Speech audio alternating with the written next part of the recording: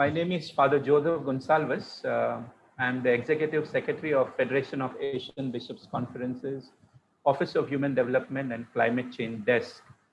On behalf of our President of FABC OSD CCD, Bishop Ivan Ambrose, our Project Coordinator, Ms. Deepika Singh, and on behalf of Cheryl and the team, that is Global Catholic Climate Movement, this is a joint collaboration. A warm welcome to each one of you.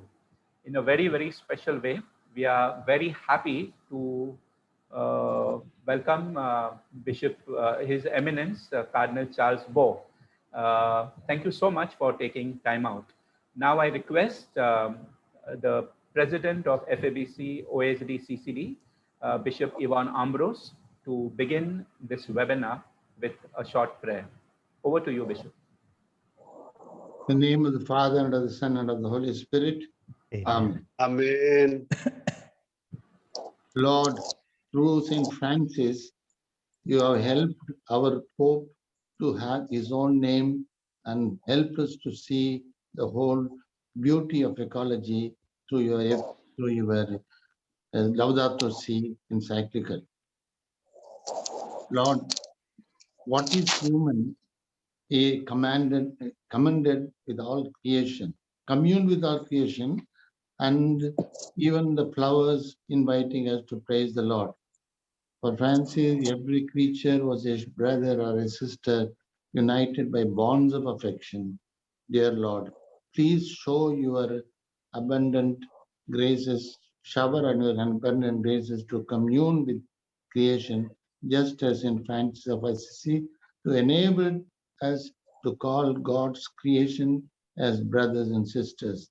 Help us to commune with nature with a sense of openness to awe and wonder, so that we also could burst into song while we look at sun, the moon, and the smallest of all the creatures into this praise.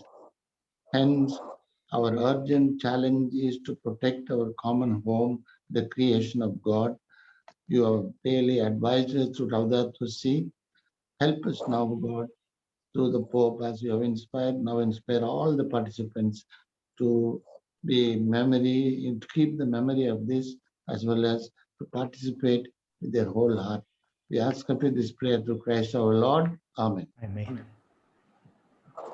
Thank you so much, Bishop Ivan Ambrose. Bishop Ivan Ambrose is the president of FABC OSD CCD. He was the former president of Caritas India, former president of Caritas Asia, and also vice president of Caritas Internationalis. So thank you so much for your support. I take this opportunity now on behalf of the GCCM, Cheryl and the team, to introduce our speakers to us. But before that, I would like to really introduce His Eminence, Cardinal Charles Bo, who is the president of the Federation of Asian Bishops Conferences, Asia, and he is also the Archbishop of Yangon. Your Eminence, we are truly delighted to have you here. We understand that situation in Myanmar is not very conducive. Things are not as we hope to, but yet we continue to pray for you. We continue to pray for your people. And thank you so much for being here. The beautiful thing about His Eminence that he has always been present for all our webinars. That really gives us a deep joy and also encouragement because your presence means a lot to us. So thank you so much for being this evening present here. I would like Thank to, you. yeah. Also, I would like to welcome keynote speaker this evening, Father Jostram Kuritadam. Father Jostram, and he's also known as Father Josh to many of them. He's the coordinator of the sector of ecology and creation at the Vatican Dicastery for promoting integral human development. He is also the chair of philosophy of science and director of the Institute of Social and Political Sciences at the Salesian Pontifical University in Rome. He has authored several books. Once again, Father Josh, warm welcome to you on behalf of OSD CCD and GCCM. You also have always been a source of great encouragement to us for always being there whenever we have invited you. Your presence too means a lot to us. Thank you so much. We also like to welcome another important speaker, Reba Elliott. She's the Director of Special Projects for the Global Catholic Climate Movement and has supported the dicastery in the development of the Laudatosi Action Platform. She is joining us from Virginia, USA. Thank you so much, Reba, for being here with us. In spite of the differences in the time zone, yet you have managed to be here with us. Thank you so much. We also welcome other speakers who will address us, Bishop Alvin De Silva, the Auxiliary Bishop of the Archdiocese of Bombay, Chairperson of the Commission for Ecology, CCBI, and the Secretary of the FABC General Conference. He is popularly known as the Green Bishop for his active involvement in ecological matters. He will be speaking on LSCP Diocese Working Group. Welcome, Bishop Alvin. We'd like to welcome Claire Westwood, the Regional Director, Episcopal Commission for Creation Justice of Malaysia, Singapore, and Brunei. The Commission has initiated Protect campaign, which is Protect Our Earth, Protect Our Children. This year, the theme is of Cut Down Meat, Dairy, and Food Waste. Welcome, Claire Westwood. We have another eminent speaker with us, Father Antonio Labio Jr. I hope I have pronounced it or mispronounced it. Sorry for my pronunciation. Father Antonio is the Executive Secretary of Caritas Philippines, the Philippine Catholic Church's social action arm. He's also the convener of the Catholic Bishop Conferences of Philippines National Laudatosi program. Thank you so much for being here with us, Father Antonio. A warm welcome. I'd like to welcome Father William Larus, known as Father Bill, belongs to the Congregation of Maryknoll Fathers and the Assistant Secretary General of the FABC. He has a doctorate in missiology from Gregorian University in Rome. Also, I'd like to thank Cheryl Dugan, the Program Manager for English-speaking animators and the Asia-Pacific Global Catholic Climate Movement. She's based in Philippines. We also have Ms. Deepika Singh. She is the Project Coordinator of OHD CCD, and she has been working with OHD CCD for the last 6 years. She is the one also who gets in, coordinates the various activities of the office. A warm welcome, Deepika. And on behalf of DCCM, FABC, OHD CCD, a warm welcome to all our partners, all our participants, to the bishops. Thank you so much for being here. We already have about 150 and we are expecting more participants to join us soon. Thank you so much for being this afternoon with us. So a warm welcome to each one of you. This only shows that LSCPA is something very important. The message of Holy Father, which he gave us to Laudato Si, is very, very important. And today is the time, and now is the time that how we put this into practice. Father Josh will surely tell us. So a warm welcome to each one of you. Now I would request His Eminence, Cardinal Charles Bo, to say a few words to us and enlighten us by your faith. So dear brothers and sisters, dear friends of the earth, and then lovers of Laudato Si, could you hear me? Yes, sir. Yes, sir. So greetings to you all from Myanmar. This is a great moment as we gather to pass through a milestone in implementing the Laudato Si action platform guided by the able stewardship of FABC OHD CCD. The message of Laudato Si is candid and urgent. Save our home, and there is no other home. Act now, and there is no tomorrow. We are reminded by the nature, COVID is strangling the life of millions. That just this morning, our beloved, Bishop John Singhi of Patay passed away.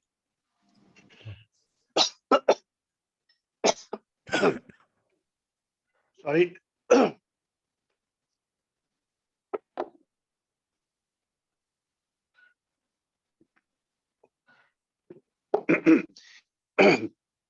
This is not COVID. So catastrophic floods are wiping our communities also in Europe. Pope Francis, the prophet of this century, has raised a clarion call for action. Asia faces an existential threat. COVID is dancing its death in many Asian nations. The environmental link to COVID is still not well established. But what is clear is the increased destruction of forests and the spillover of the animal population carrying the lethal virus into human spaces. Scientists want that COVID is only a window dressing of other pandemics waiting to happen if we do not act. Act now is the message, and there is no tomorrow. Pope Francis has brought this issue into a moral and spiritual discourse. He has repeatedly pointed out the threefold covenant humanity entered into from the beginning of creation. A covenant with God, with creation, and with one another. The Pope has written 3 corresponding documents to the greater spiritual benefit of all Catholics and all people of goodwill. The covenant with God is dealt in his exaltation of joy of the gospel. The covenant with nature was beautifully and forcefully brought out in his encyclical Laudato Si. And the covenant on human relationships is brought through his latest encyclical Fratello Tutti. The main theme is comprehensive, a crisis that threatens nature and the poor, the cry of the earth and the cry of the poor. We have borrowed our nature from the future generation. We owe an intergenerational debt. Failure to meet that obligation will lead us to ecological sins, and he calls us for an ecological conversion. This is a clear roadmap. The urgency is articulated by the suffocating virus spreading like wildfire. We have no moment to waste. I am deeply appreciative of the proactive measures taken by FABC, OHD, CCD. I wish the deliberations lead us to an ecological communion. Stay safe and stay blessed. Thank you to all. Thank you so much, Your Eminence, for that very enlightening and wonderful message. My dear brothers and sisters, my dear friends, in order to show our solidarity with His Eminence Cardinal Charles Bo and the people of Myanmar, I would request that we pause for a few moments of silence. We pray that God may give His Eminence and the people the grace and the strength to move out of the difficult situation that they are in. We just pause for a moment of silence and prayer.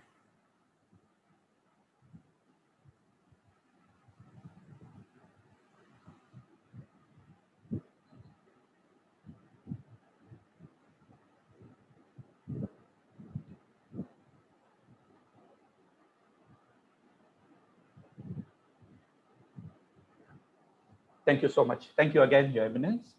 Now, thank you, Father Joe. Thank you. I would request Cheryl from the GCCM, Cheryl Dugan, to give us the background to this webinar. Over to you, Cheryl.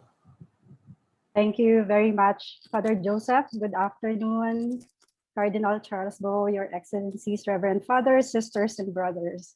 My name is Cheryl. I am the Program Manager for Asia Pacific for the Global Catholic Climate Movement. And I am calling from a rainy and flooded Metro Manila in the Philippines. I am very happy to partner with FABC, Office of Human Development, and Climate Change Desk of the Federation of Asian Bishops' Conferences to bring to you this special session. So at the closing event of the Laudato Si week in May this year, Pope Francis launched the Laudato Si Action Platform. The Action Platform is an effort to move the global church to sustainability by inviting all types of church institutions to embark on an action-oriented journey to combat climate change and address environmental issues in the spirit of Laudato Si. The platform is a massive undertaking, and its goal of moving the global church to sustainability is a Herculean one. Thus, the Dicastery for Promoting Integral Human Development went through a very broad consultation process to seek feedback and help fine-tune this initiative. So several months prior to the launch of the Action Platform, meetings among hundreds of people and Catholic organizations around the world, including Asia, of course, were held as part of this broad consultation. A steering board was likewise created to guide the platform's development, and thereafter working groups are also created for the platform's 7 sector. These working groups are now playing a very key role as they are helping to shape the action platform's bold ambitions into achievable actions. And we have invited 3 members of some of these working groups who are from Asia to share with us some updates today. In more ways than one, we were and we are witnesses to how the church in Asia responded to Laudato Si, or has strived to respond to climate change even prior to the encyclical. Father Joseph mentioned some of these initiatives earlier, but I would also like to mention that protecting creation has always been a priority of the Federation of Asian Bishops' Conferences, who has been discerning and affirming its role in responding to the climate crisis even prior to the encyclical. And when Laudato Si was released, FABC established the Climate Change Desk to focus on climate change issues. And several regional workshops were organized to identify some priorities in order to respond to climate crisis, which included advocating and promoting policies for renewable energy, encouraging sustainable lifestyle, and awakening the public on the consequences of climate change. In the Philippines, the Catholic Bishops' Conference issued a pastoral letter on ecology in 2019, which outlined 13 concrete ecological action items. Very recently, the National Laudato Si program was also launched in the country, and one of our speakers today, Father Tony, will share more about this. The Catholic Bishops' Conference of Bangladesh launched a campaign to plant 400,000 trees based on One Catholic, One Tree principle. And Father Joseph already mentioned the Protect Our Earth, Protect Our Children campaign of Bishops' Conference of Malaysia, which is a 5-year life-giving campaign. The Conference of Bishops' Conference of India also convened an ecology movement, the Prithvi Parivar. And this eco movement seeks to involve people of all faith and different sectors in working to protect creation.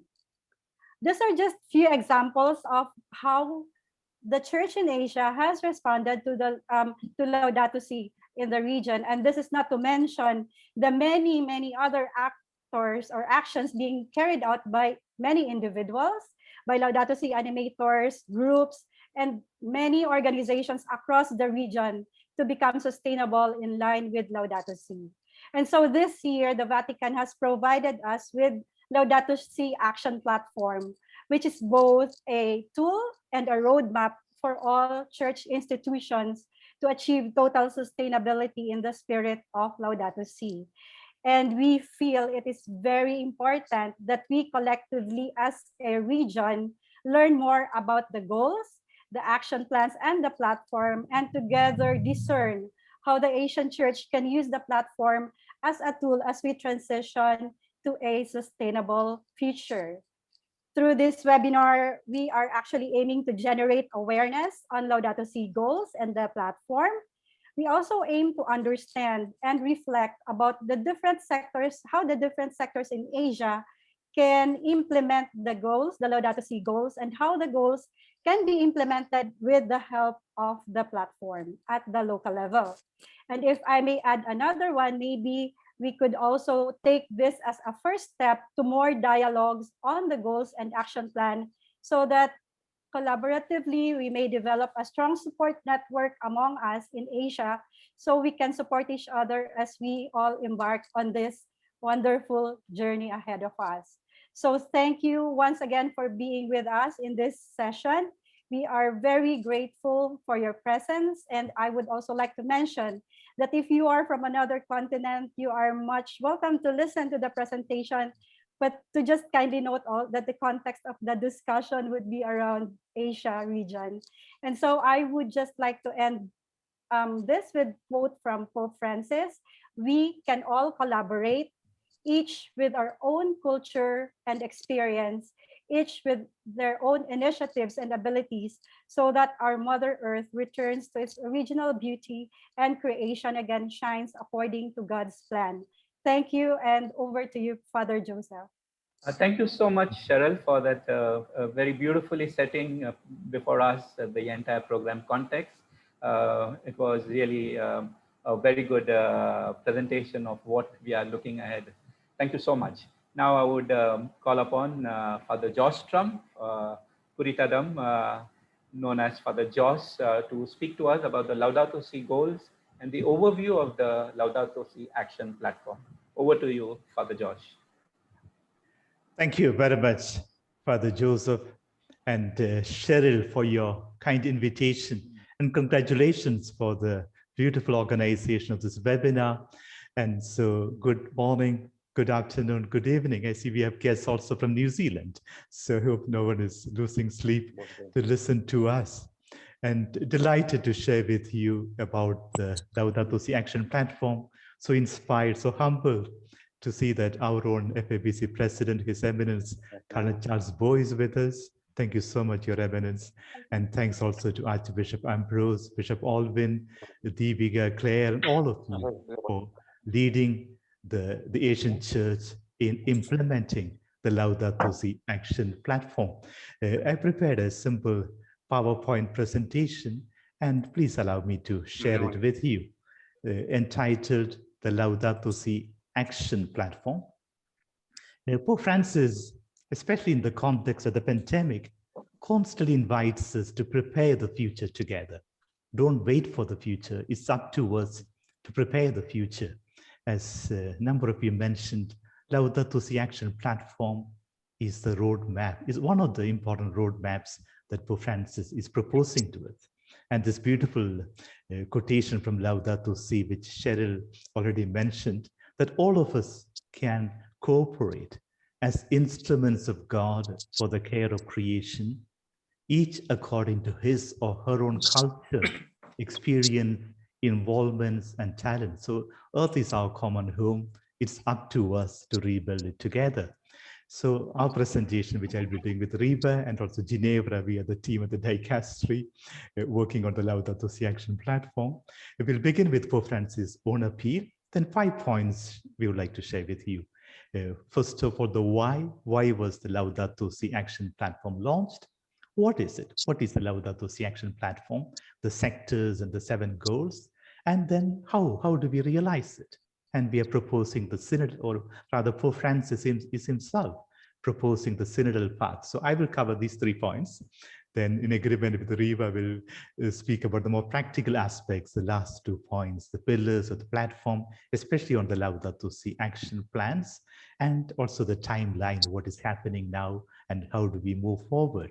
So this is the content of our presentation of on the Laudato Si Action Platform this morning or this afternoon for us in Asia.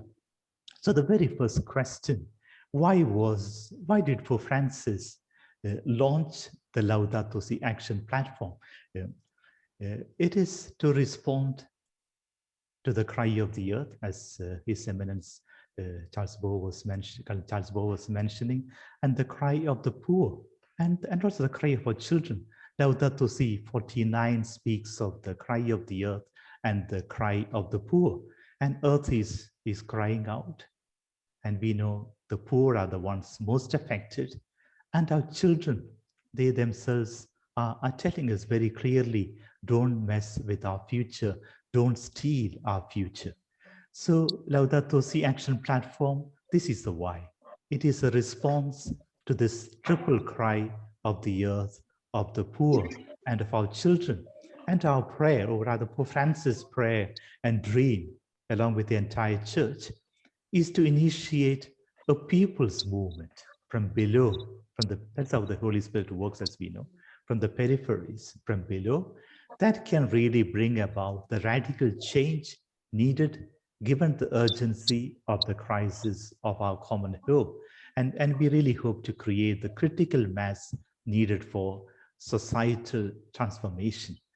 I said it is very much the cry of the earth and also the cry of the poor, because it affects human well-being in basic areas like food security.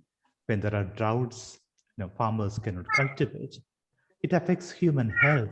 We have participants from Bangladesh, and we know when floods come, water remains there for weeks and months, and it affects human health. And doctors tell us that more children die due to dirty water than all the other diseases together. It causes displacement. In the dicastery, we also have a sector on migration. And this year, the theme we chose is climate crisis and displacement. And dicastery published a very, very good document on this a few months ago.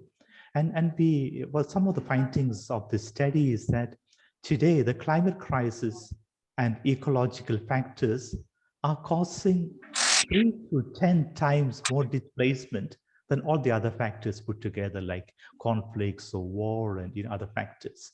So today, climate crisis is causing displacement. And a study that came out a few days ago, already 20 million people are displaced due to the climate crisis.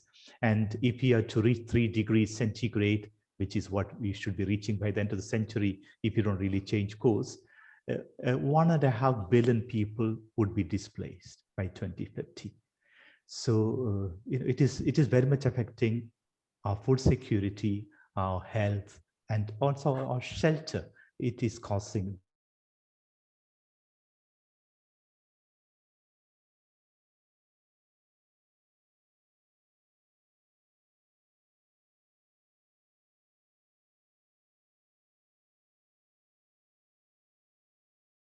change, which was published in 2018 on the 1.5 degrees centigrade.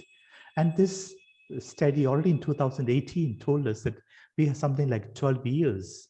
Now, please allow me to, I teach some of these themes at the university. Sometimes the students ask me, Father Josh, why are you so concerned about the 1.5 degrees centigrade? What's the problem if you reach 2 degrees or 3? That's a huge problem. Remember the last 11,000 years, that's the time of when agriculture began, that's the era of human civilization.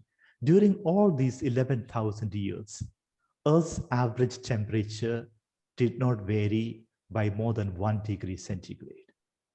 From 1850 up to today, the average temperature has risen by 1.1, some scientists say almost 1.2 degrees centigrade.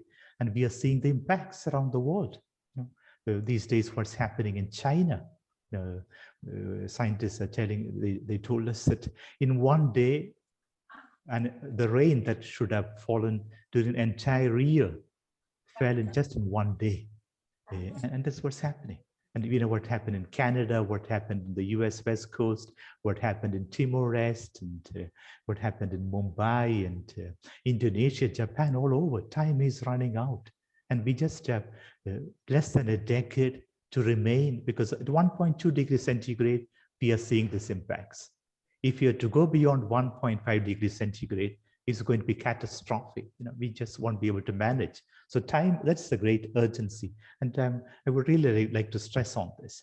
And the scientists are concerned that we are crossing crucial tipping points, like look at the down part of the slide, the Greenland ice sheet, which is melting. And the Greenland alone can raise sea levels by 6 to 7 meters. Think of the Pacific Islands or Maldives or Kiribati, Tuvalu, all these islands. And by the end of the century, we are walking towards at least 1 meter sea level rise. Now, if we cross 1.5 degrees centigrade, Greenland will melt in decades or centuries. So it is a problem. It is affecting the Atlantic, the Gulf Stream. It's affecting the monsoon patterns. You know, we just mentioned about China, the West African monsoons. It is drying up the Amazon, and it is bringing more heat to the southern hemisphere. So this is the urgency. Scientists are really concerned that because once we cross these tipping points, it will take thousands of years to get back to the normal. And so we are really playing a very big gamble with the future of humanity. That's why children are really getting concerned. And Pope Francis very prophetically anticipated this question when he asked in Laudato Si, what kind of world do we want to leave to those who come after us? It is a moral question to children who are now growing up, and they themselves are warning us. So this is the first point we want to share with you, the why of the Laudato Si Action Platform. Time is running out, it's urgent, the earth is crying out, the poor are crying out, our own children are crying out. We go to the second point. Now, what is the Laudato Si Action Platform? If the first point was about the urgency, the second point is more hopeful. It's about opportunity. We have an opportunity to respond to the ecological crisis. And that is the Laudato Si Action Platform, an opportunity. It's an action-oriented, and allow me to stress on this. We need to act, as His Eminence said, time to act is now. So we are proposing a platform of action, a 7-year ecological conversion. You know, as Cheryl said, we have been working on this project nearly 3 years, and ever since the 2018 report came out. And the scientists, a group of them came to the Vatican. They were Jean Douze, the Nobel laureate from France. They met with Pope Francis. They came to a dicastery, and they said, we need to act. And we came up with the Laudato Si Action Platform. And somehow we are inspired to choose a 7-year period, you know, inspired by the biblical wisdom of 7 years. You know, it's a number of fullness. So it's not too short, not too long. You know, we don't have all the time in the world. We need to act. So 7-year ecological conversion is a process of ecological conversion in the spirit of integral ecology, intended to support and empower families and everyone, but beginning with our family, we'll come to that, communities and institutions to achieve total sustainability. So no greenwashing. And we want to be radical. Otherwise, you know, as we are realizing now, nature does not wait for politics or economics. Nature is already moving. And so we cannot afford to do greenwashing, and we cannot fool nature. As Pope Francis, one of his favorite quotations, you know, God always forgives. We humans, we manage to forgive at times, but nature never forgives. So we really want the road to total, and that's the title of our webinar today, the road to total sustainability. It is the fruit of a unique collaboration between all men, all persons of men and women of goodwill. So 7 sectors and 7 Laudato, 7 years, 7 sectors, 7 goals. So to involve everyone, we, in the spirit of integral ecology, we are inviting, beginning with our families, our parishes and dioceses, our educational institutions, our schools and universities, our hospitals and healthcare centers, the world of economy, workers and businesses, farms, cooperatives, organizations and groups, our NGOs, our ecological communities, lay movements, communication centers, and 7thly, the religious orders. And they are responding very well, the religious orders. All of them are responding very well. Just wanted to highlight the religious orders were one of the first people to move. And so we want to work together. So almost everyone is involved in this, in these 7 sectors. But in the spirit of the integral ecology of Laudato Si. Again, His Eminence was mentioning about we are all interrelated, you know, Laudato Si, paragraph 66, that we exist in a web of relationships with God, our Creator, among ourselves, and with the Mother Earth, with herself. So that's why, you know, Laudato Si goals in a way remind us of the sustainable development goals, and they're very much connected. We had at least 3 studies. I know Robdane from the Philippines has joined us. They came out of the Philippines with a book comparing Laudato Si goals and the sustainable development goals, and we can send you the link, the PDF version of it. But Laudato Si goals are deeper. because they are in the spirit of integral ecology. We also talk of spirituality, education, all these elements put together. So we thought of 7 Laudatosi goals, that we respond to the cry of the earth, the cry of the poor, ecological economics, that we adopt simple lifestyles, education, spirituality, and we do all this as a community. Since the title of our webinar is also Laudatosi goals, we'll have one more slide on this. Allow me to read also this description. Action. So what we are going to do will be guided by 7 cross-cutting Laudatosi goals. That gives us something concrete to aim for as we build a new future together, encompassing the breadth of integral ecology. The Laudatosi goals focus on redefining and rebuilding our relationship.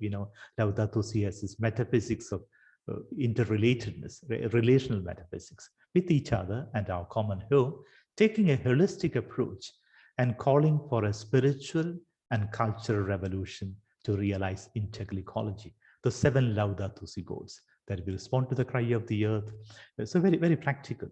To climate crisis, we respond by using clean energy, renewable energy, solar energy, that we protect biodiversity, we plant trees. We know what is mentioned with the Laudato Si year, only Bangladesh planted. They want to plant 1 tree per Catholic, and they ended up planting 2 trees. Ghana planted 1 million trees. Pakistan, they have planted millions of trees. And so that they conserve waters, all the practical dimension. Riva will speak more about it when we come to Laudato. The Laudato Si goals will become Laudato Si plans. This is what Pope Francis is proposing for the entire church. Then we need to concretize them in our own context, so they will become Laudato Si plans.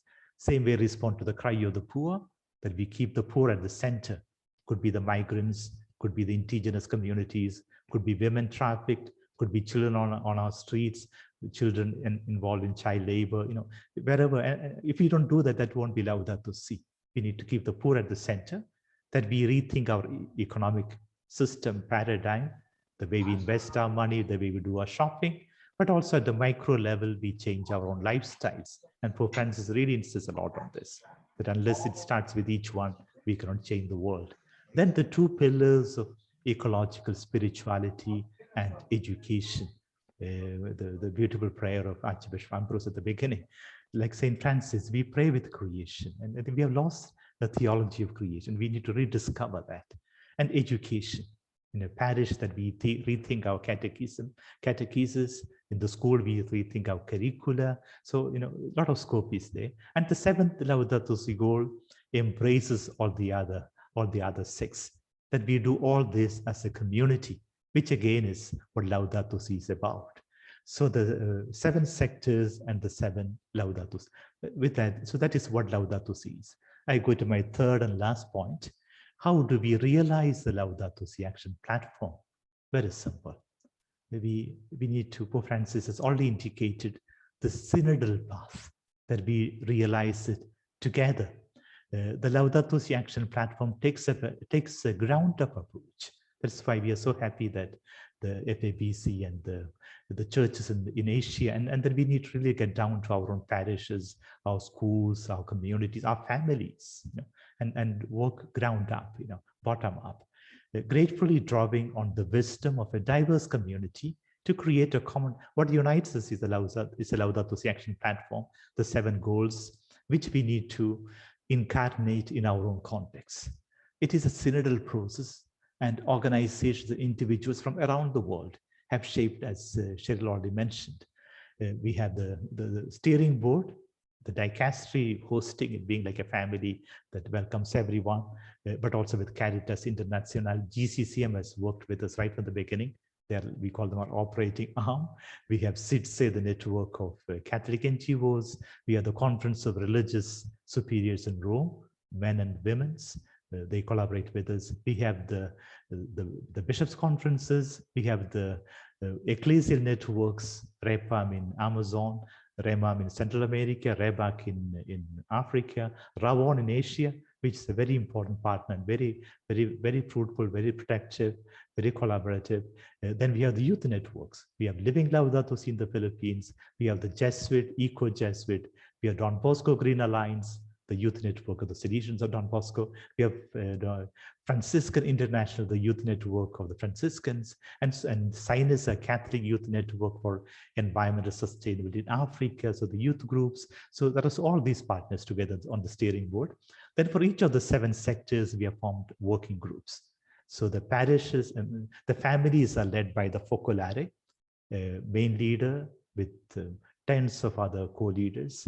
The parishes and dioceses by Capford in London, FABC is very much a co-leader, and other bishops' conferences, SECAM in Africa. Then the schools and university schools are led by the Salesians of Don Bosco, but also with Scholars International and many others, Jesuits, and the universities by the Jesuits, but also many others. The hospitals by CHAI in India, Catholic Health Association of India, along, and Claire from Malaysia is part of it. Then also the American Health Association is there, US Health Association is there. Then the groups, businesses are led by the Economy of Francesco with the Laudatosi Challenge and others. Groups and movements by SIDSE, the network of Catholic NGOs, and the religious orders, obviously by the Religious Conference of Religious Superiors. So this is very much a synodal path. What is steering boards, I shouldn't spend much time, but just the central points, that they are the overall point of reference, they guide the process, they are the point of contact, and they are part of the working group. Then, as I said, we have the working groups, the 7 sectors, and they are really working a lot. We thank them. There are hundreds of them. The university sector, for example, there are over 100 people, partners, just as co-leaders, and we hope this will grow. This needs to grow, because with that, my time is running out, and in 30 seconds I'm done of the 20 minutes allotted to me, because our dream is to reach the critical mass for change. Sociologists tell us that no change is possible unless we reach the critical mass. The critical mass, the good news is that it is not a very big number. They tell us if we reach 3.5% of a group, we have the critical mass. And the classical example is how the Berlin Wall came down. 50 years ago, no one thought the Berlin Wall would come down. Few Germans, especially young people, came together and the wall came down. That's what Nelson Mandela did. That's what Mahatma Gandhi did. That's what Martin Luther King did. And we think under the charismatic leadership of Pope Francis, we can reach the critical mass. So this year we begin 2021. Next year we hope to begin with another group who will do their 7-year journey, at least. So if we had 2,000 schools this year, we hope next year we'll have 4,000 schools, the year after 8,000 schools. So we keep on doubling, and within the decade we get as many families as possible, as many schools as possible, everyone to join. Now the practical details will be given by Reba after me. Just want to mention that we are still publicizing Pope Francis' invitation. So like in our webinar, we have a beautiful video from Pope Francis. Let's make sure it reaches as many people as possible. Then during the season of creation, again, we'll highlight the Laudatosi Action Platform. And on the 4th of October, we'll begin the registration. And the first year will go for planning, 5 years of action, and the 7th year will be the sabbatical year. And with that, I conclude my presentation. And Reba will speak about the next 2 points, the pillars of the Laudatosi Action Platform and the timeline. So the why of the overall picture is this, the why of the Laudato Action Platform. What is it? 7 goals, 7 sectors, 7 years, and we do it walking the synodal path together. Thank you. Thank you very much for listening to me, and over to you, to Father Joseph, to invite. Yeah. Thank you. Thank you. A very lucid presentation on the officially, we will thank you later. Thank you. Now I request Reba to do the needful, to tell us more about the technicalities of how to use the platform, the Laudato Si Action Platform. Over to you, Reba. Thank you. Thank you so much, Father Joseph. And thank you to Cardinal Bo and to Archbishop Ambrose and Bishop Alwyn and Father Josh, our amazing, precious leader of this project. Thank you especially to FABC and to GCCM, to Cheryl for organizing this conversation. And I see that we have nearly 200 people here. So especially thanks to all of you. As Father Josh always says, we are co-leaders in this movement. So grateful that everyone has taken time to join us this evening, or maybe late at night, depending on where you are. Thank you so much. I'll pick up where Father Josh left off in his presentation, to talk a little bit about those practical aspects of the platform.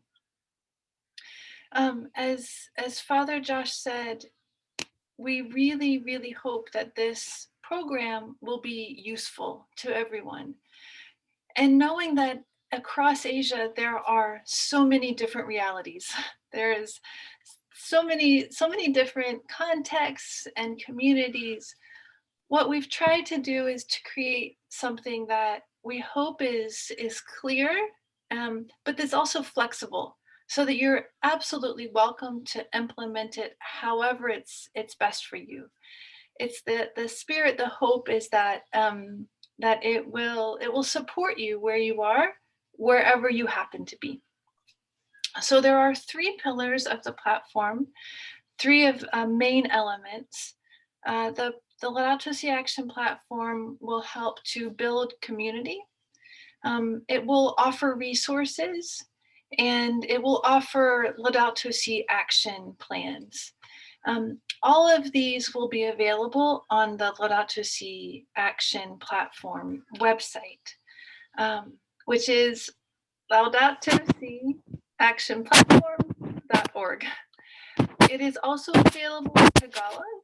I think that we have Filipino friends here, it's available in Tagalog as well, and 8 other languages. So to talk a bit about the first element, the Laudatosi Action Platform will help us to build community, because we are people of community. Our faith calls us to act together. We're all about relationships. And Pope Francis in Laudato Si says that technology can divide us often, but that it has the potential to bring us together. So we hope that through this website, we'll be able to develop community both globally, so through developing sister relationships with parishes or dioceses or schools or healthcare centers around the world, that kind of direct global connection. But also we hope that it will help build community locally, by creating teams within parishes or dioceses or schools, all of those 7 sectors that Father Josh mentioned. So that sense of community is so important to the platform. It will also share inspiring stories of people who are taking action.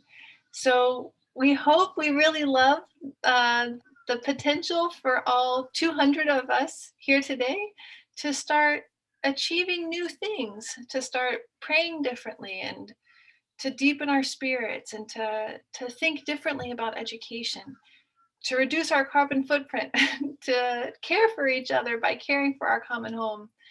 Those kind of stories will be shared publicly so that they can inspire the billion who are not in this conversation right now. So we hope to build that sense of community through the platform. There will be a library of resources that we hope will help you take action in a very practical, concrete way. We are so grateful that library of resources will mostly come from the existing programs and initiatives of partners. There is a lot of great work being done, at FABC being a fantastic example of that kind of leadership.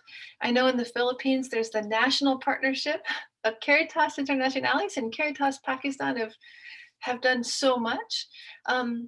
So we're very grateful to stand on such a strong foundation. And the hope is that through the Laudatosi Action Platform, we can share links to all of that amazing work that's already happening, and help new people reach that work. So if you want to learn how to hold a prayer service for Laudatosi, or what's a good lesson plan on Laudatosi, how can we manage a tree planting campaign? Caritas Pakistan has planted, I think, close to 1 million trees, somewhere near 1 million. They know how to do that. And so it's fantastic to be able to share that information, and that you can find what you need for, and a way that's good for your region. The Laudatosi Action Platform will also host webinars. Conversations like this are so enriching. We learn so much from each other. So that kind of information sharing through webinars will be part of the platform. And everyone is very warmly welcomed to contribute to the collection of these resources. So perhaps later we have a form that we would be happy to share. If you would like to share the toolkit or program or prayer service of your organization, please feel free to. We would love to feature it there. Then finally, the third pillar is Laudatosi action plans. Many people and institutions are already on the way to living Laudatosi. Many people have already taken action and already have some kind of journey started. Others are just beginning their journeys. For both of these groups, we hope that having some kind of structure might be helpful. So there's a suggestion of Laudato Si planning guides that will be provided through the platform. It's just a guide. It's completely just a suggestion that we hope is useful, so that you can either strengthen your plan if you already have one, or create a plan if you don't yet. So again, the idea is to hopefully provide things that are useful, which you are very welcome to implement and use and adapt in your own way to your local context, in community with so many others around the world. The planning guides that are suggested take a really process-oriented approach. And here, I would love to give thanks to all of the members of the working groups who helped inform the development of these guides. As Father Josh says, this is a synodal process. So we may be the one speaking on this webinar right now, but representing nearly 200 members of working groups who have helped to inform the development of these planning guides. So many thanks to the Holy Spirit who is bringing us all together here. The planning guides will include some things that may be helpful to people in addition to this process-oriented approach. One is a list of suggested actions. A lot of people wonder, what can I do, or what should I do? So the guide will provide suggested actions, and also some tracking, a way for you to measure your progress, understand your progress from year to year, all based on the Laudato Si goals. So those 7 big holistic goals that Father Josh talked about, all of this is intended to help you develop a path to reaching those goals. As I said, the planning guides, we hope, will be a helpful resource that any community is very welcome to use however it works best for you. As you start on this journey, or as you take the next steps on the journey, we welcome you to consider discernment as part of your process. This entire project, in addition to being led by Father Josh, has really been, and Pope Francis, of course, has really been led by the Holy Spirit. who's brought us together and who has showed us the next steps along the way so many times.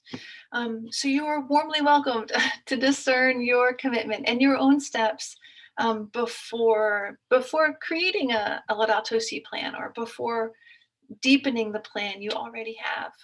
And the platform will offer a suggested discernment process if you don't have one that you use already.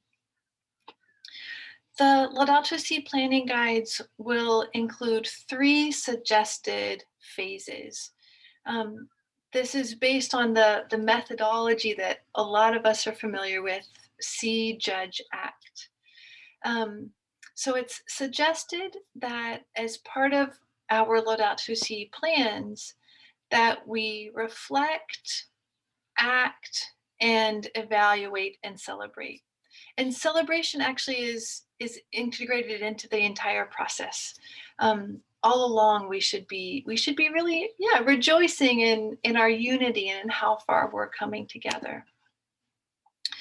The suggested steps of each of these phases, within reflection, it's suggested as you develop your own Laudatosi plan, you may want to include these steps in the reflection portion.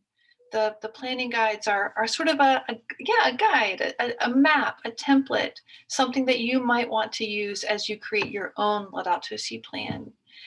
So the part of reflecting, if you'd like to include this in your plan, first is to reflect on how the Laudatosi goals are connected with your values and mission or your charism.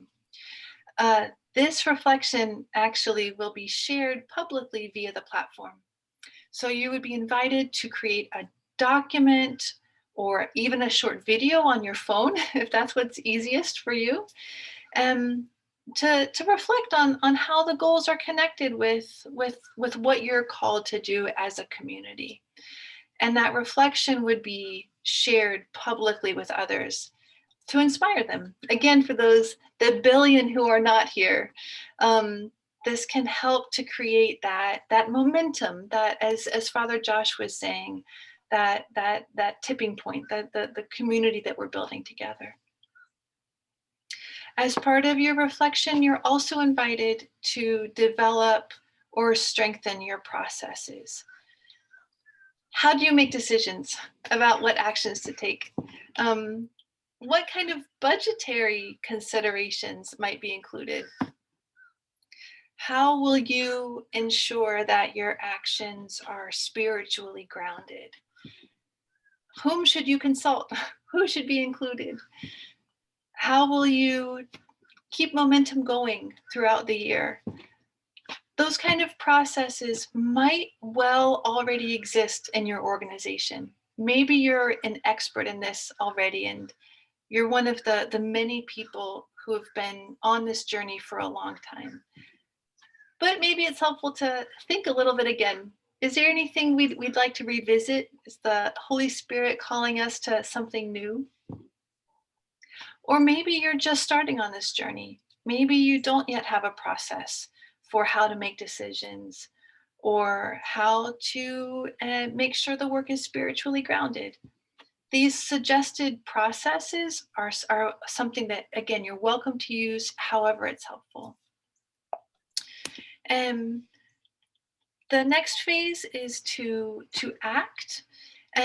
So there is a list of suggested actions that has been designed in a very collaborative way. These actions, we hope, will help you make significant progress toward each of the Laudatosi goals. They are adapted, tailored to your region and to your sector. So a school in Manila would see something different from a parish in Manila. A little bit different because the needs of a school and a parish are different.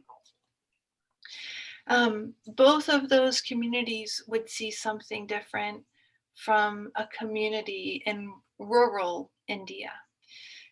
So the actions, we hope you'll have a list of things that you can do that are very impactful, and they will make sense for your context. So it's very, very easy. You have this list, and you can just go and check and say, oh, I'd like to do this one, or I'd like to do that one. Again, it's intended to just give you some direction. If you're searching for guidance, the guidance is here. And you're invited to choose which of those is best for you. And hopefully soon, in the coming year, each of those actions will be linked with a how-to guide. So if you're seeing something that's of interest to you, but you're not quite sure how to get started, there's so many organizations that are doing that great work. We hope to link each action to a resource in the coming year.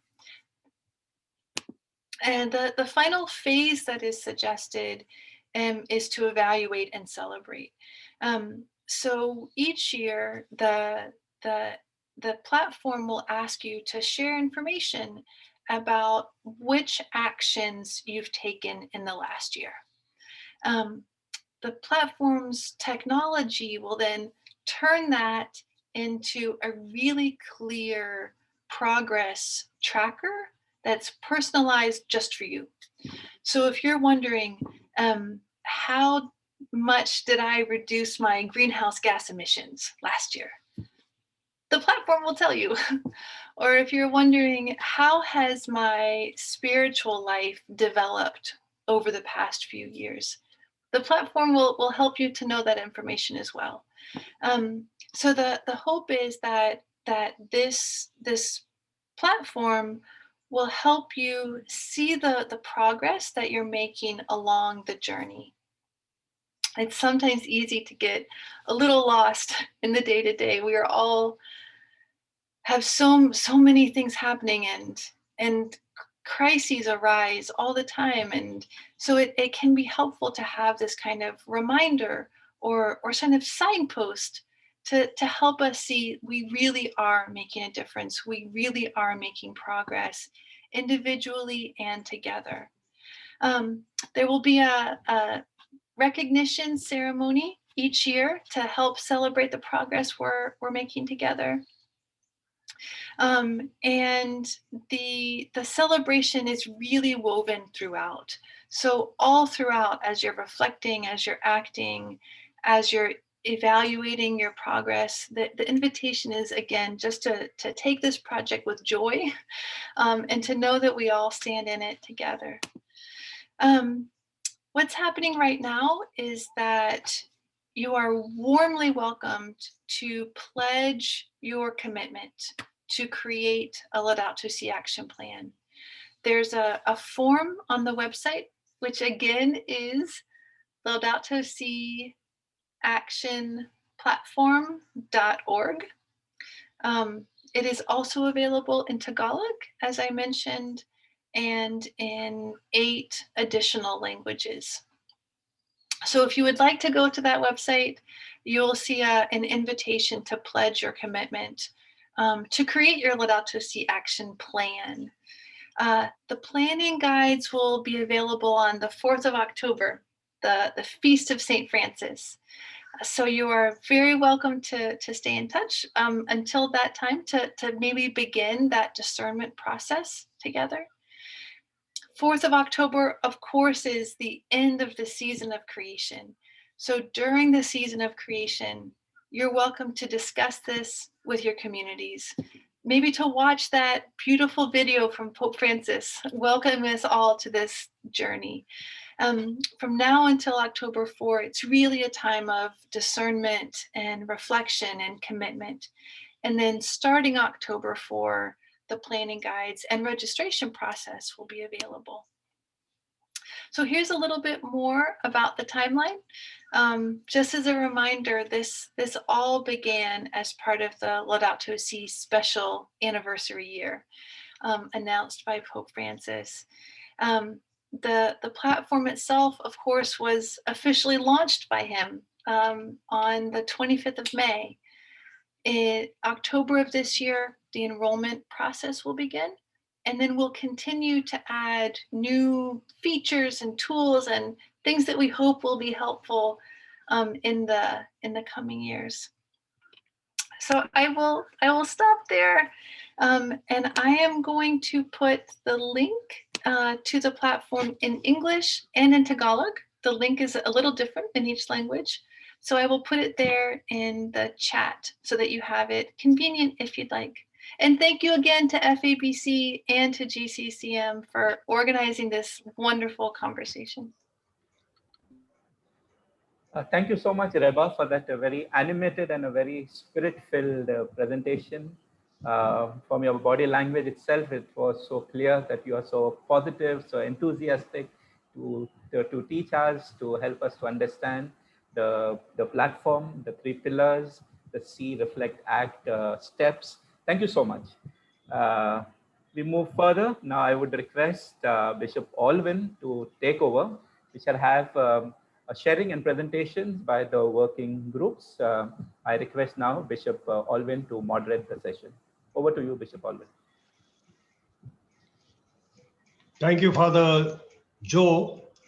I begin by thanking Father Josh and Reba and Ginevra, who in this group they have accompanied us right from May and June and now in July. Reba gives a lot of plans and she motivates us, even though it may be 5 o'clock in the morning for her, as she's in America, and it's quite different from the timing of Asia. The 3 of us will share, but since I'm the moderator, I will share last. So I will ask, 3 of us are in the Parish Diocese team from Asia. So I will invite Claire Westwood to start the sharing. Claire? Okay, thank you, Bishop Alvin. I'm sharing for 2, so should I do it once and for all, the healthcare as well? Yeah. Or me to do only the parishes? Yeah. Okay, all right. So basically what the working group for the parishes and dioceses is made up from the representatives from different continents. For Asia, I'll just share screen if you don't mind, okay? Right, for Asia, yeah, can you see this? So we have India, this is Alvin, Malaysia, Singapore, Brunei, that's me. I'm from the Episcopal Commission for Creation Justice from Malaysia, Singapore, and Brunei. We also have Father Tony from the Philippines, and we have Raul, the River Above Oceania, Asia and Oceania Ecclesial Network, right? And then the others from different continents. And yeah, as Reba explained, the process would be a process of reflection, action, and evaluation. It sounds, complicated. Yeah, the working group people also, we were trying to wrap our head around this for a while, but I think now there's more clarity. We're hoping for a toolkit, again, referring to Reba from the resources so that it's easy for, whether it's a small parish or big parish or diocese that wants to take it on. For Asia, we're thinking that translations are very important. And so, we're going to need time for that. Like, for instance, in Malaysia, we need Mandarin, we need it in Malay, we need it in Tamil, okay?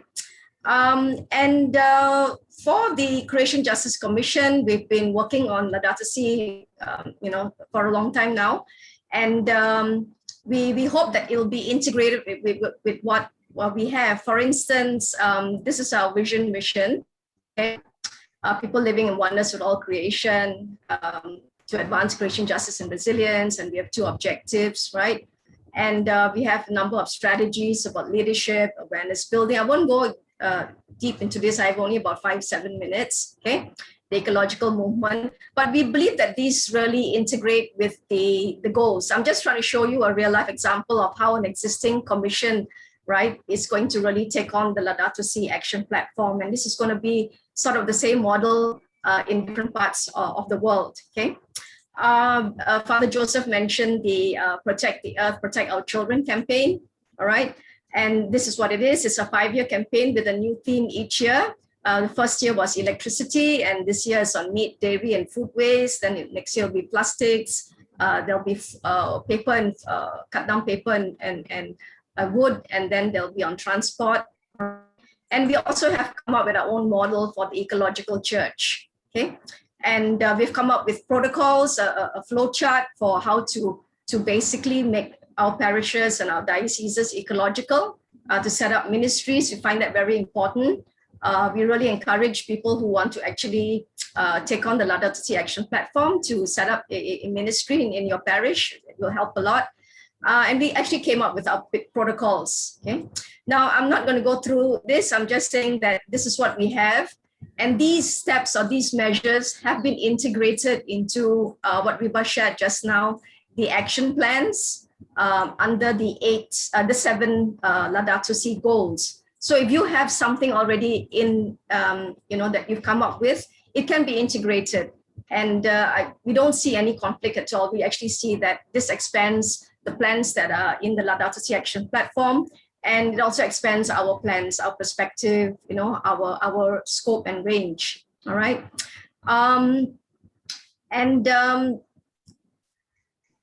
Regarding the parishes and dioceses, we actually are looking to the bishops' conferences to actually take them up, to make commitments that they will be rolled out in all the dioceses under their purview. And one area that we feel is very important for Asia is resilience. Although it's not specifically mentioned in the goals, it is basically implied, and we fed this back also to the steering board.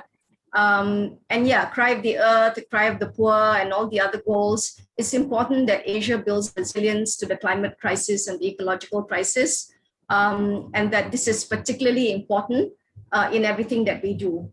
All right, the resilience is really this ability to withstand shocks, the ability to bounce back from shocks, and there will be many of these crises that will come our way, right?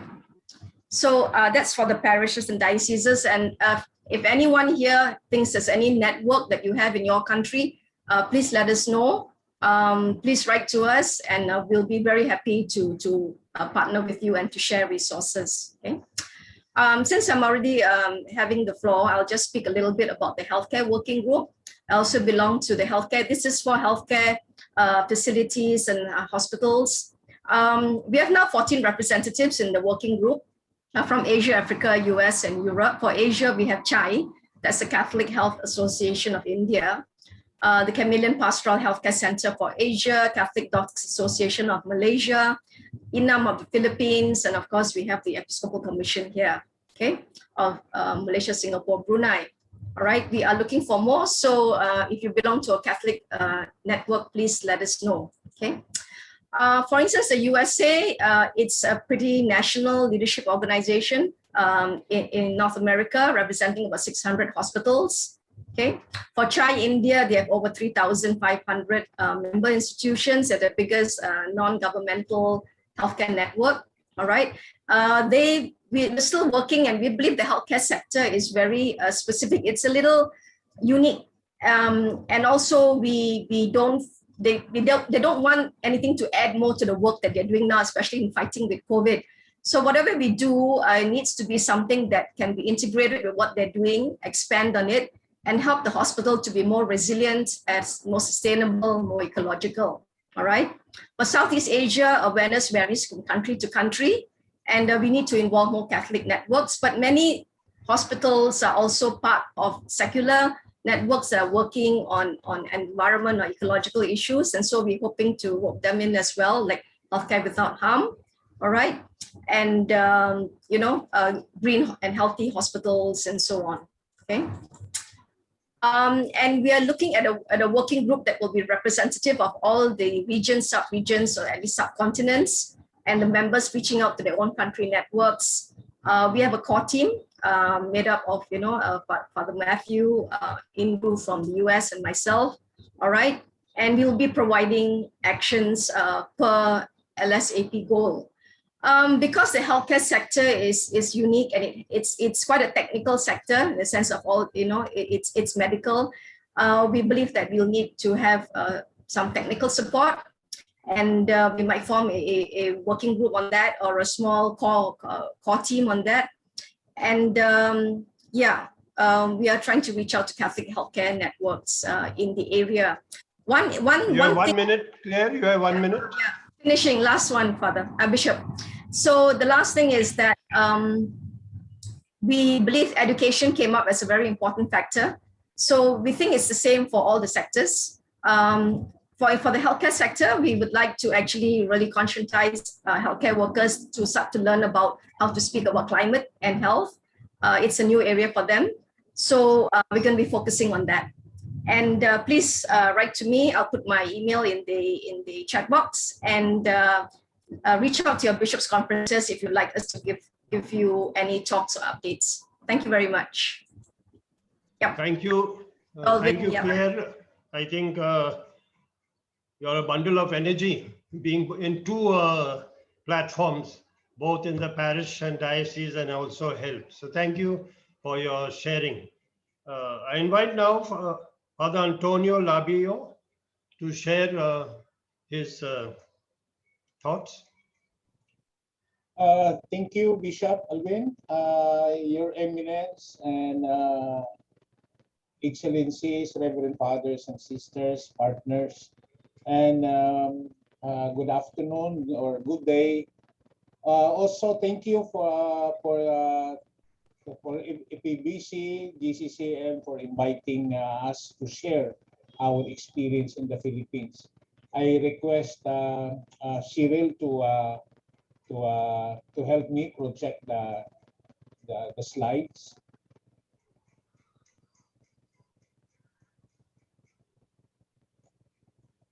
Cyril. So we want the next slide, Cyril.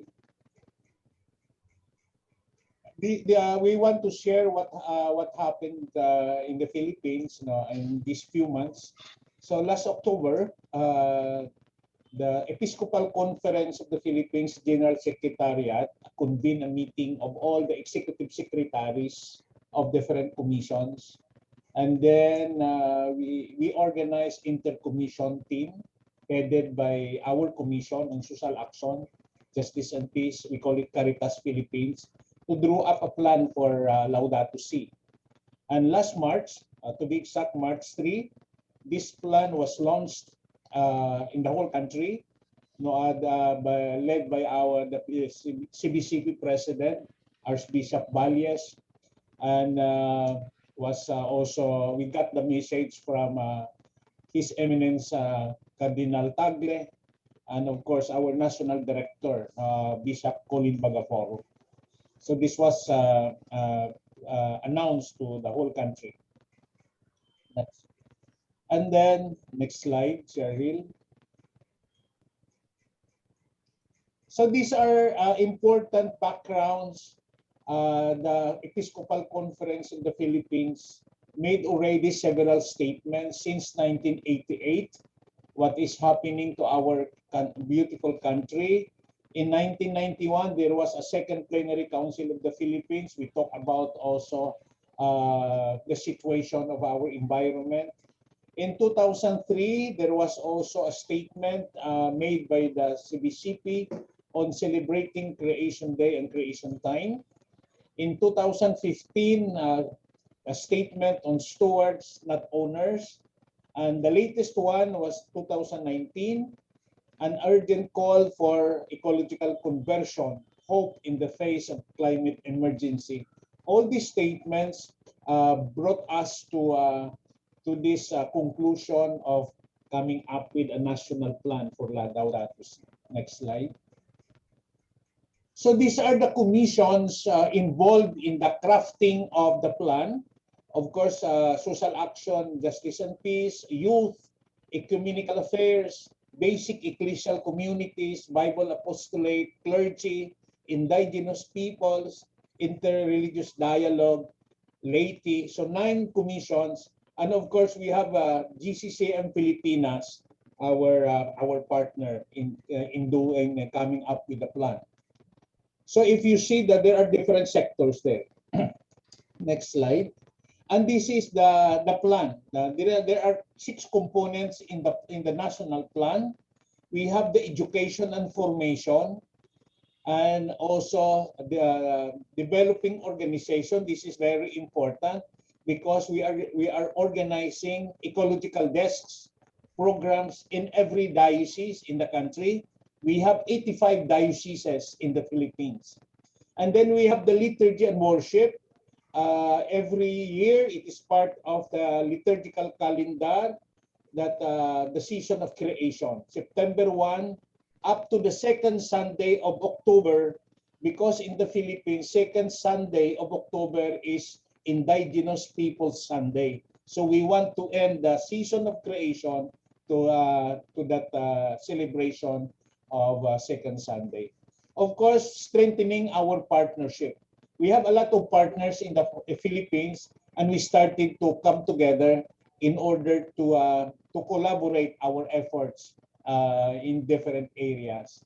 Now we want to have a research and database because we want to keep all the data that we have. There are a lot of groups making research on the environment, and we should have a good database for this. And then we have specific advocacies like mining. In the country, the president lifted up the moratorium for mining. So in the destructive mining industries like coal mining and all this, so we are really campaigning against this kind of industries. Now we have also Rights of Nature bill in our Congress, and we are following it up. And then next slide. So these are the things that we have done already since March. So we had a meeting, a partners meeting last May to explore how we can strengthen our collaboration. And then we presented our different advocacies and how to align ourselves to the 7 goals, and also to see how we can mobilize different platforms, sectors. Next slide. On June 7, we had a dialogue with our Catholic media. So for them also to help us communicate the plan to our people. Next slide. Father, you have 1 minute more.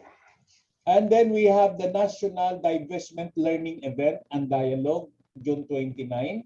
This is our special campaign for the banks not to invest our resources to destructive industries. Next slide.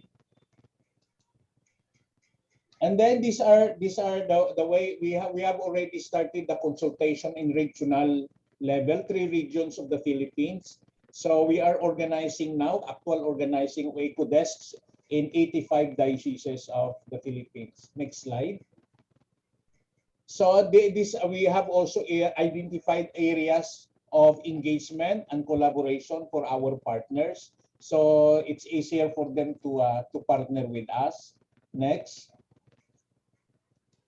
And then these are the process of organizing eco-desk guidelines given to the different dioceses, how to proceed with the organizing of their ministries in the diocese.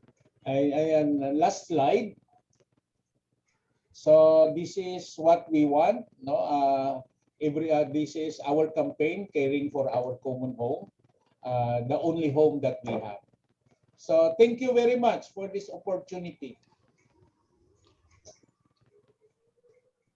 Thank you, Father Antonio. And now it is, I think the Philippines are very active in the whole field of Laudatosi and other movements. So thank you very much. I will share. Yeah, I'm the last speaker. So I will share with you my journey. You know, Claire and Father Antonio spoke about the various steps in the diocese, but I will speak to you about my journey. It started in 2011 when we had a synod in the Bombay Archdiocese, and there the thrust was to lay emphasis on ecology, on the environment. And Archbishop Cardinal Oswald Gracious, he encouraged us to form the Archdiocesan Office for Environment. So I think that this is very important in a diocese, to have an Archdiocese Office for Environment, because then we can coordinate, we can make people aware. And so in about 2 years ago, in 2018, Cardinal Oswald Gracious declared the Bombay Archdiocese as a green diocese and said we will work towards this goal for the next 5 years. And now came the Laudatosi action platform. And so it was very easy for us to merge in this action platform. And so we were invited by Father Josh and the GCCM to be part of this action platform. I will tell you what we are doing at present. At present, we have formed a discernment team. So a resource person who's an expert in management and in and trying to and is good in this field is guiding us as to how we should move forward. So how the diocese should move forward. And so we met, a small group met with him, and he said that we should move forward in this and that way.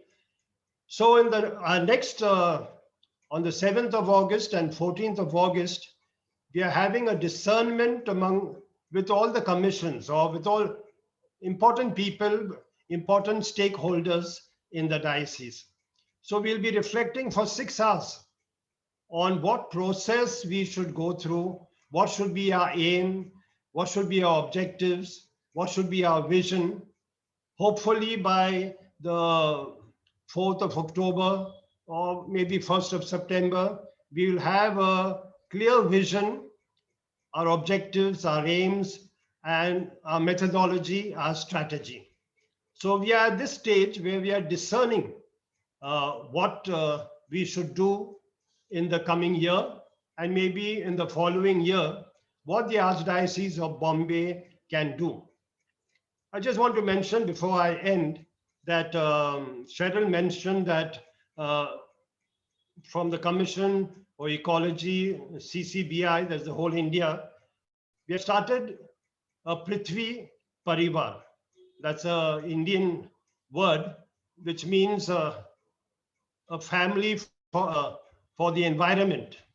And therefore, we intend also starting a movement in India, which will be secular, which will include all faiths, because as you know, India is not like Philippines. We have various religions. So we are started this movement, and hopefully we will, through this movement, we will spread the Laudatosi goals. So this in short is my presentation, which I've been going through the last 8 or 9 years. Thank you. Joe, do you want me to moderate the next session? Yes, Bishop Alvin, you can continue. If there are any questions, clarifications to the speakers, we leave the house open. Yeah, over to you, Bishop. Yeah. So you have heard various speakers and various sharings. Maybe you would like to clarify certain points, or you would like to share your experience. You can just unmute yourself and raise your hand. We are quite a number, but if you can raise your hand, and then Bishop Rodney has raised his hand up. Rodney. Okay, Rodney. Hi, Bishop Alwin. Thank you for the time. It's very, very short. And we're happy that GCCM is here. Reba, of course, Father Josh, and being with the steering board, we're very happy that Asia is now actually fully embracing the Laudato Si challenge. But for Living Laudato Si Philippines, I've told Father Joseph that we're willing to assist the OHD, Bishop Alwin, when it comes to assisting in the whole process together. Of course, with Cheryl for DCCM Asia Pacific, but in particular as well through communication. We're launching soon a new platform for communicating environmental stories in relation to LSAP and Laudatosi goals. So we hope that we'll be able to sit down with Father Joseph, with Bishop Alwin, Dioceses, for us to assist fully, and we're offering our support and assistance together with the young people of Living Laudatosi Philippines. Thank you. Thank you. I suppose Cheryl has your contact email and phone number. If she does Yes, not Bishop. have, then you can share it with us. Cheryl, you have his contact number? I do. Yeah, okay. Two participants have raised their hands. Who are they? Peter Nish. Peter Nish. Yeah, Peter Nish. Yes, hello everybody. Greetings, Bishop Alvin. It's been very encouraging to see Laudatosi moving forward. Greetings from Plastic Bank. We are a social enterprise working with the Vatican and Father Josh on empowering churches to stop plastic. We have set up collection points for plastic in the Philippines and in Brazil, and we are very, very happy to work with the Laudatosi community in the Philippines and in work for circular economy, also part of the global Catholic climate movement. And I want to thank also Reba, especially for her support, and also Father Josh. And we're looking forward to continue the advocacy together with the church to care for our common home. Thank you very much. Thank you, Peter. I think it's important for us to join hands together and to have this network in promoting the Laudato Si goals. Who's the second? Varghese.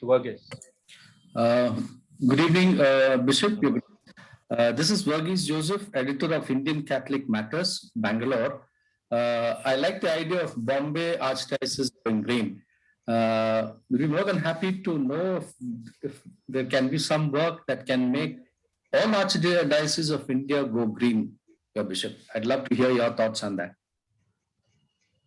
Yeah, we had a plan.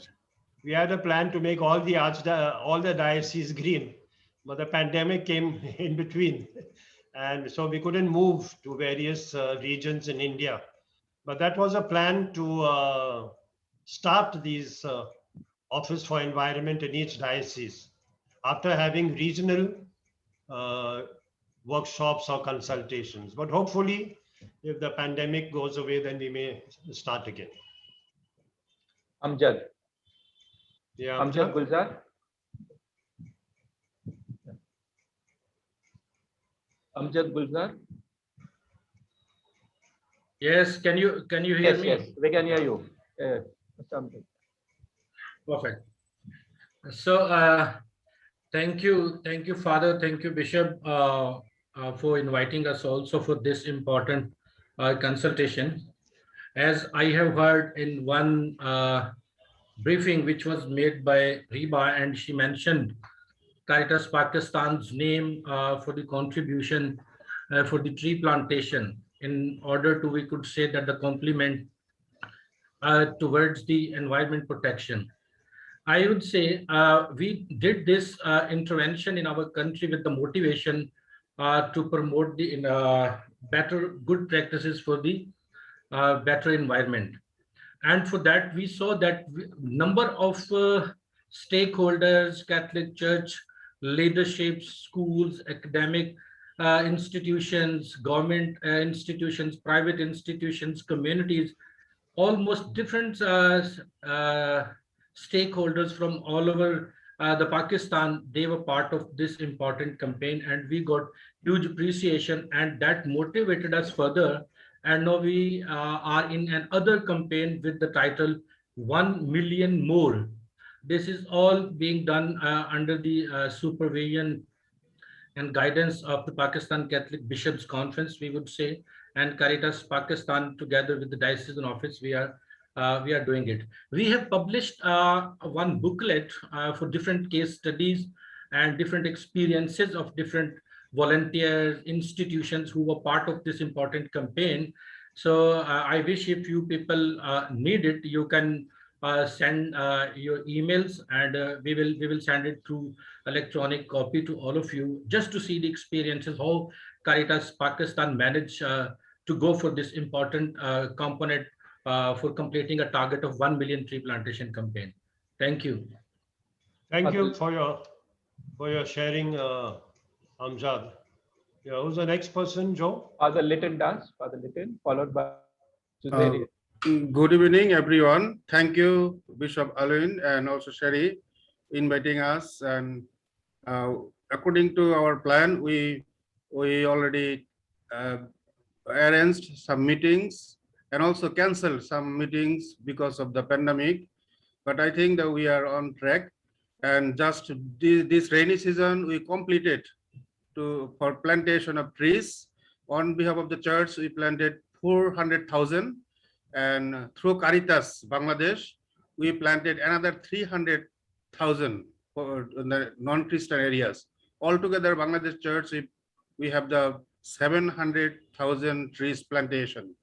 And beside that, we published the articles in our national newspapers, and also our Catholic magazine, weekly magazine.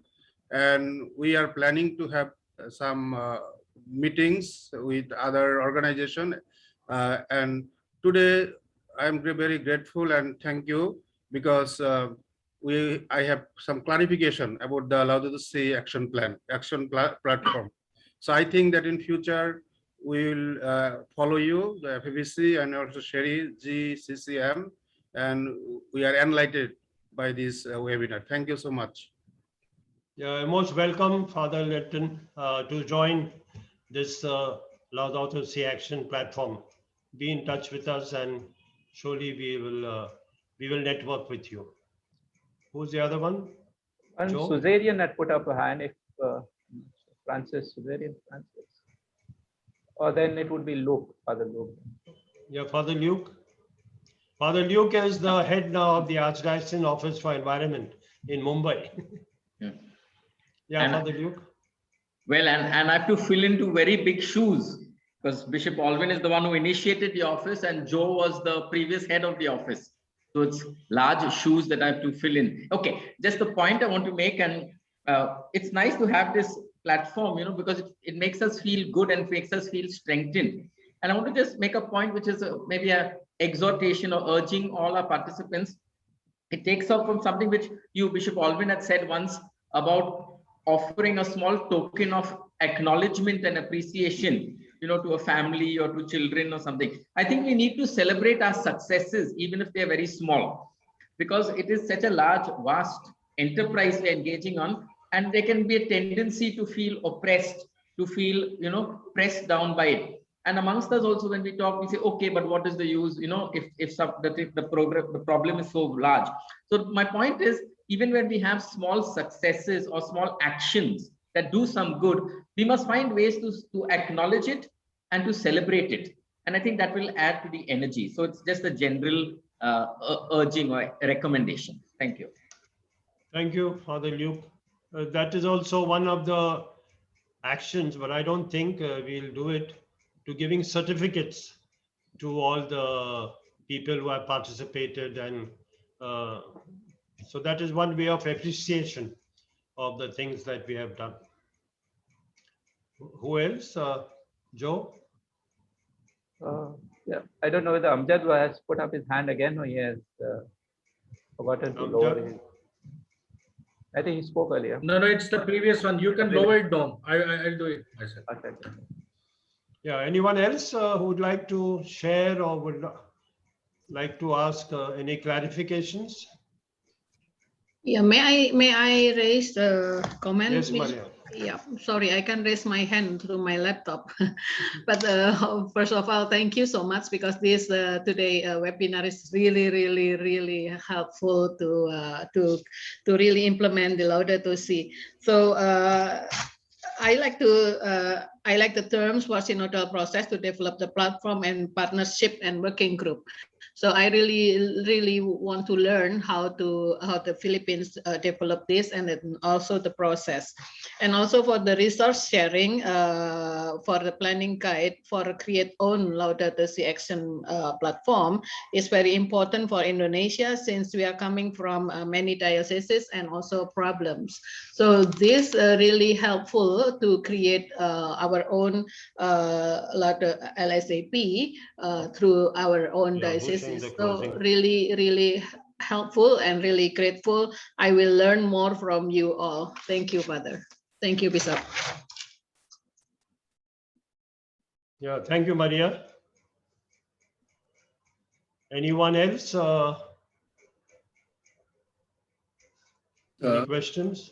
Yeah, Varghese. Yeah, just want to add to what Father Luke mentioned. Indian Catholic Matters as a digital publication. About 2 years back, when we partnered with GCCM, we also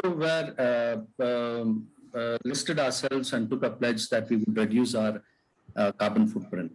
And it's been 2 years, and we have, in small little ways, moved electronic, non-paperless, and many ways that the way that we work with our distant Catholic journalists across India, we have to a large extent, I mean, we don't have a tracking mechanism as such, but we have put on certain initiatives where we believe we have reduced our carbon footprint. And to that extent, I think partnering with GCCM has been of great help. There has been a great encouragement to move towards reducing our carbon footprint, and our path to going digital has been one of path-breaking things that we have done. So just wanted to share that in this forum. Father Owen, can I say something? Yes, yes. I'm Yes. June Cruz from the Philippines, and I'm part of Region Laudatosi, which attended the first FABC business sector meeting when we had it in Bangkok. And just to update you that as of today, out of the 85 dioceses in the Philippines, we have 75 dioceses who already have a memorandum of agreement with us as a corporation, as a business, trying to install renewable energy in the country, but just in support of Laudato Si, but at the same time giving savings to the different church institutions. Our problem became a little bit more exciting because we have more contracts than the capital that we have in order to install. And therefore, we'd like to share with you that we're able to come up with a proof of concept, a clear circular model of solidarity, wherein we are able to get financing from a cooperative of bishops and priests, so that the financing and interest does not go to the banks, but the finances go around the circular model. So there's a money coming out from a cooperative of bishops and priests being used in order to install solar panels that the dioceses are saving. The dioceses receive certain rebates from their loans, and it becomes now a circular model of financing, wherein all the benefits only revolve around the model or the circle of solidarity. And it's so exciting because now we see that there is money for renewable energy and transition if we only find that particular circular model of solidarity. Thank you very much. Thank you, Raymond. Nice to meet you again. And if you could share your the whole process and some material, since you're in the Philippines, maybe you can share with Cheryl, and then she can share it with us. So do share your initiative. Yeah, good evening, Bishop. Can I Yeah, speak? I'm Sister Prema. Yes, Sister Prema. Say. Yeah, I'm Sister Prema, belonging to the congregation of the Sisters of the Cross of Shavano. I'm sorry, my camera is not working. We have celebrated last year in the congregational level, spread in all the 5 continents, the season of creation. I had been working with the Environmental Center, Tarimitra in India from 2004. So we had congregational level 3 days webinar organized on eco-spirituality from different dimensions. How do we look at it? Because our aim was that to first to imbibe the sisters with the spirit of the earth, and then from there flows the action plan.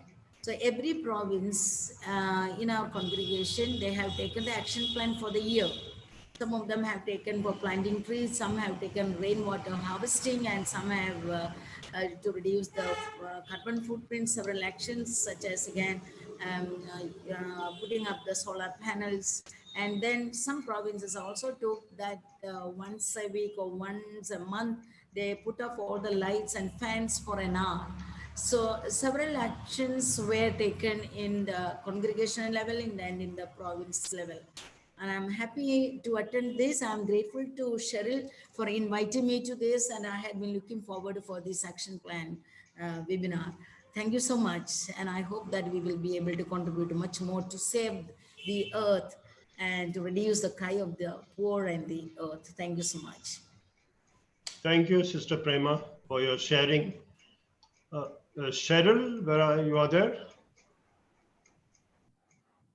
We have 1 or 2 minutes. Would you like to share with the participants the signature campaign or the GCCM campaign for COP26? Oh yeah, just briefly, it was meant to be like to unify and to have a Catholic voice in the conversations in the UN, the COP26, and the Biodiversity Summit, which is coming up also, or which has been postponed actually for next year. But the COP26, or the Climate Change Summit, is coming up. And we would like to raise the voices of Catholics, especially in the conversation. So I'd like to invite you to check out the website of catholicpetition.org. I will also put it in the chat box. And if you could signify your solidarity and help us promote the petition, we would be very grateful. Thank you very much. Bishop, there's one Yes. hand has been raised. Cornelio Bento. Cornelio. Yes. Yeah. So many thanks. Yes. So many thanks. I'm just joining you from Africa, Angola. Welcome. In a country called Angola. I'm just impressed with your experience in India. And my idea is that we can share together this kind of solidarity. In Angola, we account where the main issues related to the impact environment. Sorry for my accent, because I usually explain in Portuguese, but try to understand. And if you don't understand, stop me, please. And yeah, this is just say that the main issues and the many challenges in terms of environmental impact is the oil industry and the mineration in this country. Some of these companies belong from Asian countries, European countries, American, and so far. And these activities, these minerations, this impacted too much the local communities. And then what we can do, we can just share the contacts in terms that how we can press these companies to the best practices in terms of mineration, because some of these companies doesn't respect the right of people, of local people, indigenous peoples, and the impact is so high because the government, the government in Africa, they are so very corrupt, and some of these agreements are made in the office closed, and the people doesn't know what they agreed, and we are suffering so too much. And then in terms of solar panels, this one experience that in our country is so quite expensive. We don't know, we can just share together how we can just join some effort on that side. Yeah, for us as Episcopal Conference, we are from the Episcopal Commission of Justice and Peace from the Episcopal Conference of Angola. And then we are trying to make some things in the way of Laudato Si. one of these efforts we can put in place, we can put on the road, is just to bring these new energies. We are also working on the transition energy, because Angola is one of the oil big producer in Africa. We are the second oil producer in Africa. And the impact to the environment is quite big in terms of how we can press the companies, how we can work with them to make them an engagement and commitment with the protection of the environment.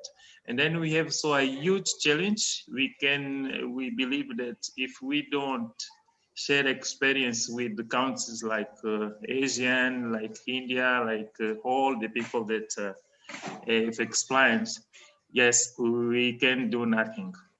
And then we wait, we hope that this kind of solidarity work between all the Episcopal conferences in the world for us to be on the same way in terms of Laudato Si. This is just my insight, just to say, okay, I'm very grateful for joining in this meeting. And thank you. Thank you, Cornelio. Surely we will network with each other and be in touch with each other. The time is up, Father Joe. Do you want to take more questions? There's one hand. Maybe this could be the last. Louis Arsenio. Okay. Who's that? Lou Arsenio. Hello, good evening. Good evening. Good evening from the Philippines, from the Diocese of Manila. Just would like to share that there's Diocese of Manila is already embarking into vicariate level orientation on Laudato Si action platform and Laudato Si goals.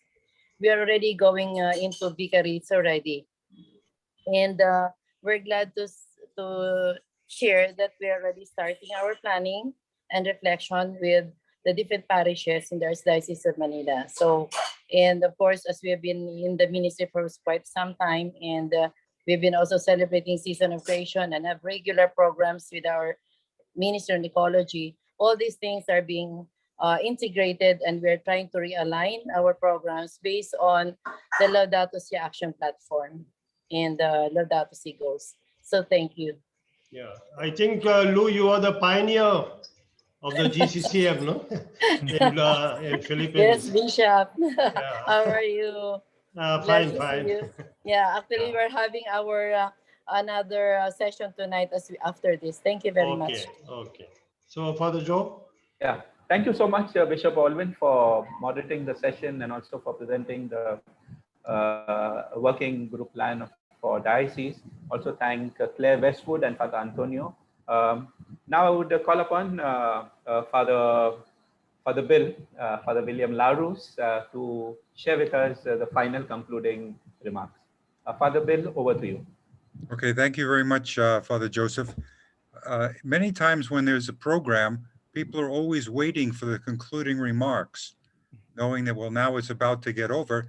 I have a sense with this that there's kind of an energy and enthusiasm that people would like to continue to say more and hear more, comments that people are learning from one another. I think this is one of the aspects of the FABC. It is not, in a sense, an organization in itself that does things. It brings together and encourages conferences, offers opportunities for people to share with one another and learn from one another. So I'd like to congratulate Bishop Yvonne, the chairman of the FABC Office of Human Development and Climate Change Desk, together with the secretary, Father Joseph, and Ms. Tipika for their work in this to bring together these different groups. We're very happy to see the people from different Africa, New Zealand, people from other parts of the world that have joined. I think this is also very important that we kind of get a sense of church, even kind of in a sense beyond Asia, to also encourage one another. And also like to thank Father Josh that the dicastery has cooperated very well with the work of the FABC in terms of climate change, but also in terms of migration. They've been very willing and active to be present and to help us. So I think that maybe what we can take from all of this is that hope, that enthusiasm, that sense of celebration in the face of tremendous difficulties. I think the many recent disasters will help people to realize the need to face the need for an integral ecological response to what is needed in the world, and then to obtain that, what we're talking about, total sustainability, a change of lifestyle, a new way of doing things. So I'm very happy that this webinar took place for all who participated in it.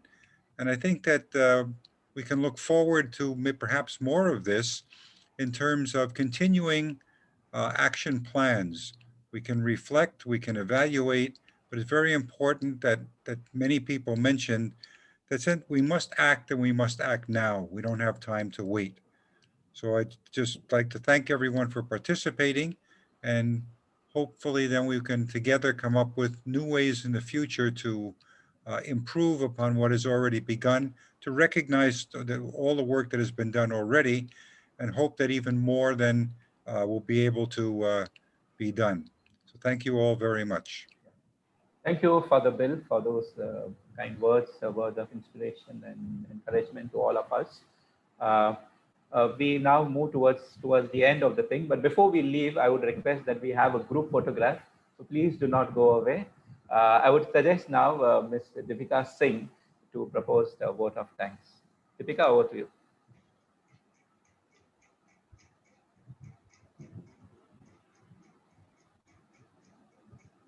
Yeah, unmute yourself. Deepika, we can't hear you.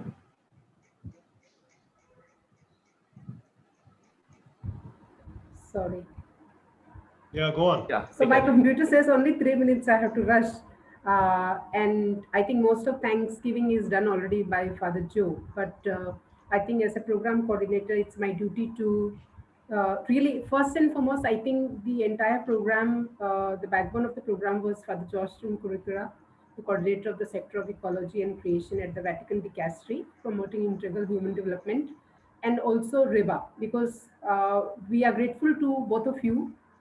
Because of your presence and your cooperation, we were able to run this program and get a clarity about this very well-known and well-spoken, this Laudatosi action platform. I think many of us were looking forward to really get the feel of it, what it is, how it is going to be, and how we can engage with it. And I would like to thank Father Joseph Gonzalez, the Executive Secretary, and Cheryl from the GCCM. These are the main two key persons who have really been inspirational, taking the responsibility of taking this program forward. And I'm sorry for just jumping from here and then. Bishop Evan Ambrose, Chairman of the FABC OHTCCD, his guidance and his blessings always. He's been so cooperative and he's always so willing and so supportive. And I can never forget Father Bishop Alvin De Silva. He actually is the main person who has been always inspirational and pushing us, and he's a mentor. So all our program, as Father Joseph Gonzalez and myself, we are very much new to this entire FEBC programs and the vision, and we know what has to be done, but how it has to be done. I think we are grateful to Bishop Alvin De Silva, Chairman of Ecology, Chairman of Commission for Ecology, CCBI, and at the moment now also working group for the diocese. And he has been, he's the secretary for the FABC 2020, and he has been the executive secretary for OHT in past, and he's always a mentor for us. We can always look to him and for his guidance, and that's what our strength is. And we would like to thank for the thanks to the working group sharing panel, Ms. Claire Westwood, the director for Episcopal Commission for Creation, Justice and Peace, Malaysia, Singapore, and Brunei, and Father Antonio Labio, Justice and Peace Commission of Philippine Bishops Conference. I think this three sharing really helped us practically to see what exactly the Laudato Si action platform can connect with our national programs, and give push to our programs and how we can, the national programs can implement the Laudatosi action platform. And the overall learning from this group is that we all of us know that from ages we have been involved with the, caring for our common home, for planet, and we can term it in different terminology. But I think this gives us a more clarified approach to how we can engage with our program with more. It gives the 7-year goal, 7 sectors, and this whole journey is more clarified, more like it's more like a technical way we can be together, and it's a journey that we can come together. And as Father Jostrom said, the center of all our program is the cry of the poor. So, and also community. The approach is community and the spiritual aspect of the entire program. So I think it's a big call to all of us to unite together. And I think this webinar first is the first with the Laudatosi Action platform. And there's so much of, as Father Bill said, there's so much of enthusiasm, and people are still joining us. We can just see